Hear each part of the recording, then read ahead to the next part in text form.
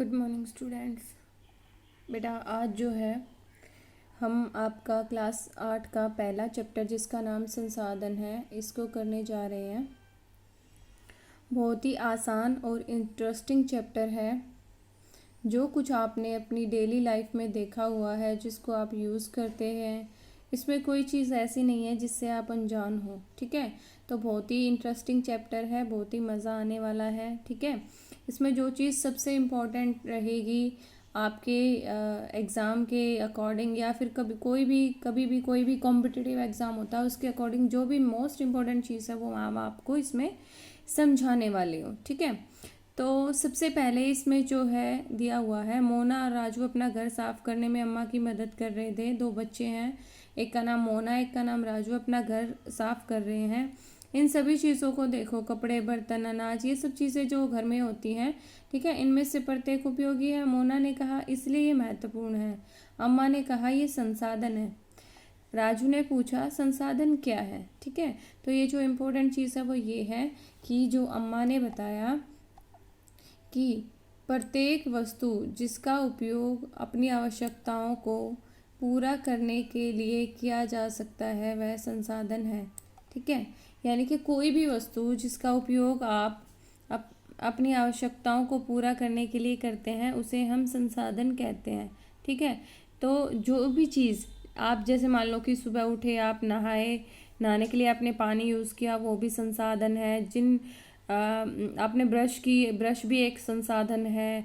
ठीक है, उसके बाद आप स्कूल के लिए तैयार हुए, जिस बस, गाड़ी या किसी भी व्हीकल से आप स्कूल आए वो भी संसाधन है। स्कूल जिसमें आप पढ़ने आते हो, और जो आपके बैग है, बैग में जो भी चीज़ें हैं सभी क्या है, संसाधन है। क्योंकि हमने पढ़ा ना, किसी भी वस्तु को जिसका उपयोग आप करते हो अपनी आवश्यकताओं को पूरा करने के लिए, उसको हम क्या कहते हैं, संसाधन कहते हैं। तो आपको अपने चारों ओर जो भी यूज़ की चीज़ दिखाई दे रही है बेटा, सभी क्या है, हमारे संसाधन है। ठीक है, फिर आपसे कहा है कि अपने घर और अपनी कक्षा में उपयोग किए जाने वाले किन्हीं 5 संसाधनों की सूची बनाइए। बहुत ईजी है।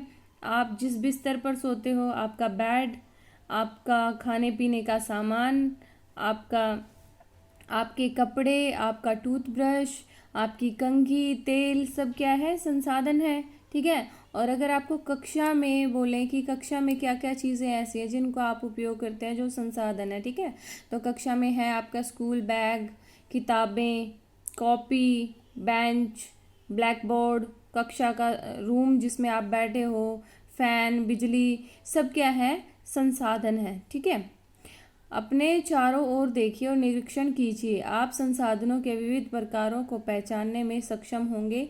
आप अपने चारों ओर अब पहचान सकते हैं कि आपके पास जो भी कुछ है, जिस मोबाइल फ़ोन से आप जो है इस टाइम मेरी वीडियो देख रहे हैं, वो भी आपके लिए संसाधन है। ठीक है, आप प्यास लगने पर जो जल पीते हैं, आपके घर में जिस विद्युत का उपयोग किया जाता है, स्कूल से घर पहुंचने के लिए उपयोग में आप जो रिक्शा वगैरह लेकर आते हैं, वो सब क्या है, संसाधन है।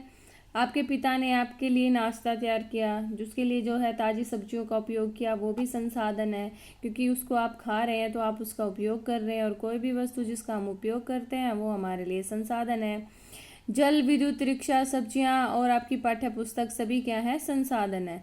अब जो इम्पोर्टेंट चीज़ है वो ये है कि कोई वस्तु जो है संसाधन बनती कैसे है। ठीक है, तो सभी वस्तु जिनका हम उपयोग कर रहे हैं तो वो हमारे लिए क्या है, उपयोगी है। उपयोगी मतलब वो हमारे लिए यूजफुल है। ठीक है, तो एक वस्तु या एक पदार्थ की उपयोगिता ही उसको संसाधन बनाती है। यानी कि कोई वस्तु जो है वो संसाधन बनेगी ना या नहीं बनेगी, ये किस पे डिपेंड करता है, ये उसकी उपयोगिता पर डिपेंड करता है। अगर वो चीज़ यूज़ की है तो वो संसाधन है, अगर वो चीज़ यूज़ की नहीं है तो वो संसाधन नहीं है।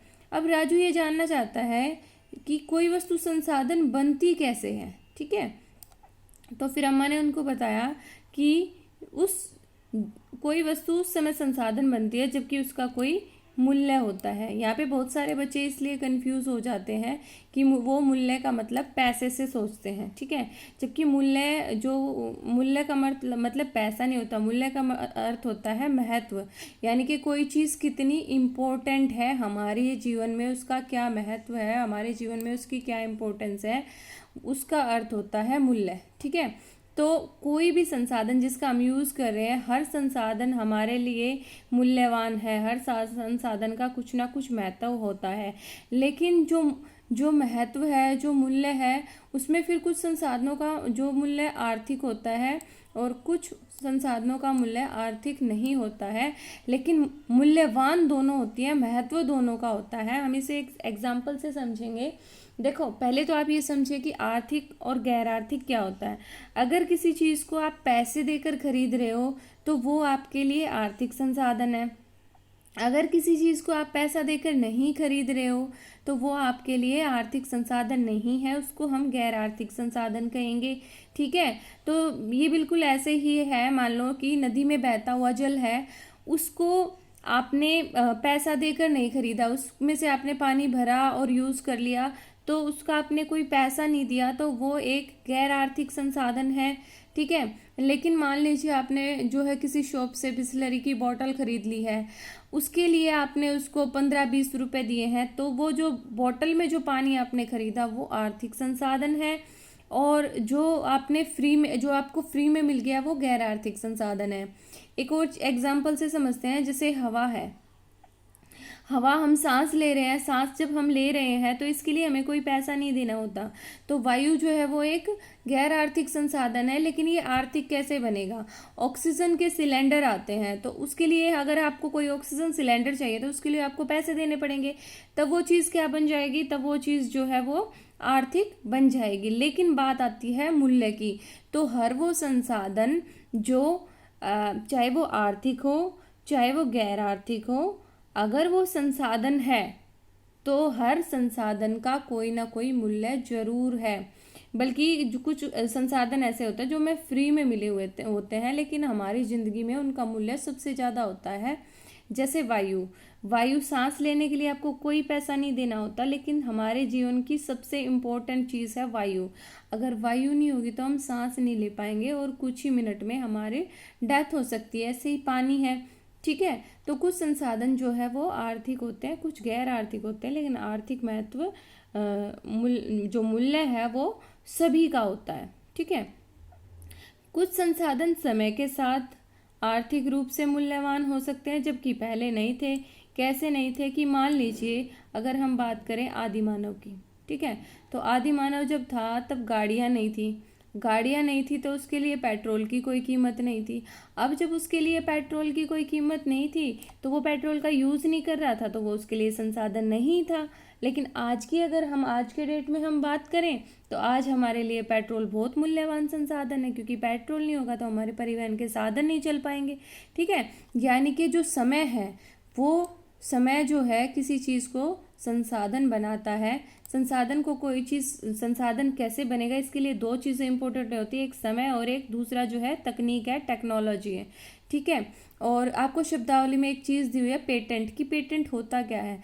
जब हम कोई नया आविष्कार करते हैं, जब हम कोई नई खोज करते हैं, तो हम उस पर जो है अपना एकमात्र अधिकार करा लेते हैं वर्ल्ड ट्रेड ऑर्गेनाइजेशन से। ठीक है, तो फिर हम उस चीज़ के प्रोडक्शन पे हमारा, सिर्फ हम ही उस चीज़ का उत्पादन कर सकते हैं, तो इस चीज़ को पेटेंट कहते हैं। ठीक है, आगे चलते हैं।